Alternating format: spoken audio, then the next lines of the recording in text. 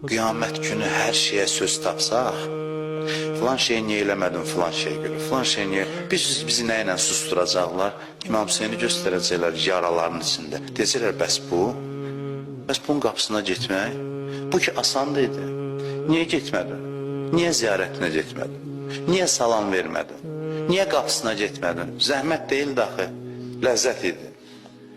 Ləzzət idi. İmam Hüseyin gələcək dayanacaq qarşımızda, onda hamı söz tapmayacaqdır. Bizə aiddir ya bu, burada oturanlar. Bu bizə aiddir. Niyə qapısına getmədin? Nəfəsül məhmumi li zulmina təsbih. Ramazan ayında oturur bu söz. Ramazan ayında kimin nəfəsi təsbih etdi, oruç tutanın?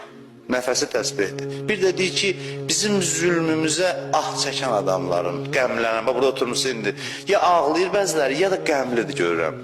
Deyir kim ki, bizim hüznümüzlə qəmlənib nəfəsi təsbih etdi. Demək, nur üstünə bir nur da gəldi Ramazan ayının nurunun üstünə.